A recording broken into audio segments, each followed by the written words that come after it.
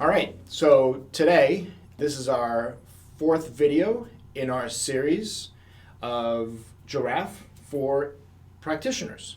And today, Corey, we're going to talk about the staffing component, which is, I would say, probably outside of revenue and connecting to QuickBooks, I would say the staffing component of Giraffe is probably one of the most important features, components of leveraging Giraffe. So talk about staffing, what are two or three things that kind of come to mind? Two or three things are probably how you import them. There's a couple different variations on how you can bring in staff, and we'll get into that, as well as driver-based hires, which is kind of, I think, where you're going, which is extremely important in the 3 to 5 year models where you grow out your team. Yeah, especially those departments that are scaling departments. And the scaling of those departments or the HR strategy is truly a function of, say, how many customers you booked, or how many leads you booked, how many leads converted into customers, or customer service, right? Customer success, you bring in on these customers, and the more customers you bring, it's not really a linear function. Yeah. Sometimes it's, for every 10 new customers, you probably need a customer success manager, and that just exponentially grows. So, yeah. And the great thing about Jirav that makes it super simple for things like that is the ability to build drivers off some of those variables that begin to automate some of the process for you, right? It's not only automate them, begin to allocate them between your chart of accounts. It really helps to build a scalable model that is not only sustainable for today, but is sustainable for when you do a new version in 12 months from now. And I would also say, like, a lot of, especially in our industry, finance as a service, accountants, CPAs, business advisors, part-time CFOs, I mean, we're doing this for you guys, right? So if you think about the mix of customers you're bringing on, chances are you have a big chunk of those customers, your customers, that are service-based customers, aka people, right? It's a people business. Or you have SaaS-based businesses, tech businesses, scaling venture-funded startups. Probably 80 to 90% of a startup's normal monthly cash burn gets consumed by people. So this whole staffing function, what we usually call here the HR roadmap component of business modeling, this is one of the key features of Giraffe. And especially for startups, right, when we talk about staffing, we're not just talking about W-2 employees, right? We're talking also about contractors. A lot of startups have that for software development, R&D, things like that, right?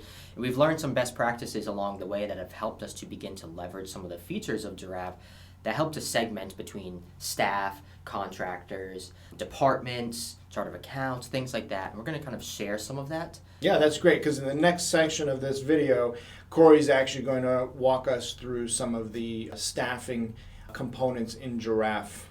Yeah, I'll walk through how to import staff, some of the best practices with that, as well as some best practices on some of those driver-based hires and scalability. Thanks, everyone. Hey everyone, thanks again for watching. If you're enjoying this, please do me a favor. Like it, comment, and subscribe. Appreciate it.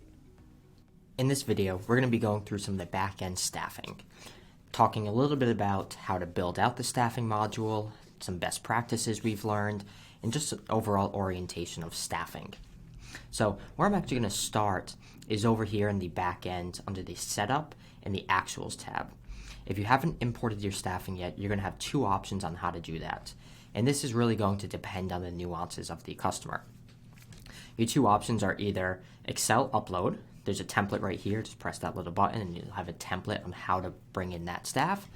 Or Gusto if that customer actually has a Gusto account. There are some challenges with using the Gusto syncing. One of those being the ability to manage where you want people, right? Sometimes what we've come across with some of our customers is they want to see a specific role, a specific department portrayed in their model, say under a specific chart of account, or just broken out separately, right, from what they actually have in their QuickBooks or Gusto account. By doing this direct sync, you kind of have a little bit more limitations around how those are represented and your ability to edit those.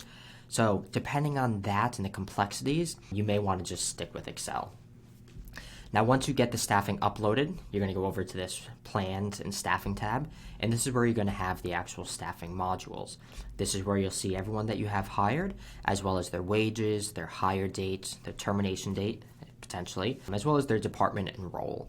At the top, you'll have the headcount, so this is just nominal number of people, but you can swap that out with salaries if you prefer to see it that way. Then over here at the bottom, you'll have the driver-based hires, which we'll go into. So what we're looking at right now is any one of these people in this white with black text.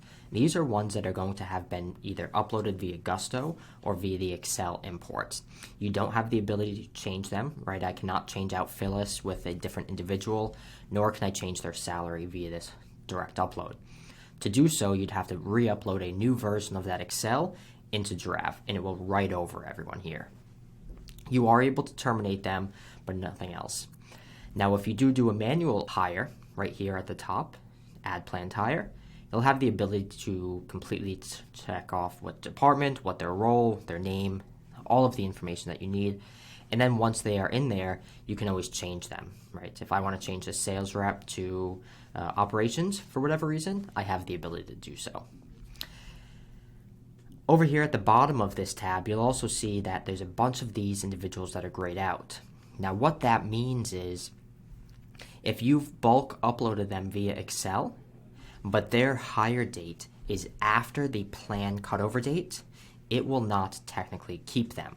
It was not actually going to recognize this person as even being hired. Their numbers are not going to be contemplated in the model whatsoever, even though they look like they are here. The way around that is you can just clone the planned hire. It's going to bring them in as manual upload, and then you'll see once I save this, they're going to look like the other individual uploads that I did. If you do that method, be careful, because as you roll the plan forward, right, this is the 2021 budget. If I were to go to the rolling forecast and look at that, since the cutover date is after this bulk upload date, this individual would be contemplated twice. So you may have to come in and delete them, right? So just some nuances. When you roll forward a model, just always be cognizant of your staffing tab. These are obviously some of the biggest expenses with some of our customers, and so they can go out of proportion quite quickly. Over here at the bottom, we're going to see these driver-based hires. And we're going to have two driver-based hires in this one. One of them is just a very straightforward cumulative growth. The other one is based off of ending number of customers. This is probably going to be one that you want to play with a little bit more. So this higher CSM per 200 customers, you'll see that the driver is pulling off the SaaS revenue ending customers, which I'll head over to in a second. And it takes that ending number of customers and divides it by a constant of 200. Whatever that number comes out to, it's going to hire that many individuals on a monthly basis. Some things to note, some quirks to this, is that is going to automatically contemplate what you already have hired for your CSMs or whatever role that you select. AKA in this model, you can see over here, we already have 3 CSMs. So if this number, or this formula, right, the ending number of customers divided by 200, if that only comes out to 3, it's not going to hire anyone because we already have 3. Once that equation comes out to 4, it will hire 1 additional. So just remember that it's already going to contemplate individuals that you already have in the model. Some ways around that could obviously be to come up with a new role, right? CSM hyphen driver, right? If you truly want to differentiate, because it all comes down to what role you're going to select. The role has to be defined in this Manage Staff tab before you can set up a driver-based hire for them. Just as with any other driver, you can select this driver based off of any component of your model, whether it's assumptions, whether it's constants, whether it's based off your balance sheets, your P&L, however you want to structure that, you'll have the ability to do so with this driver-based hire.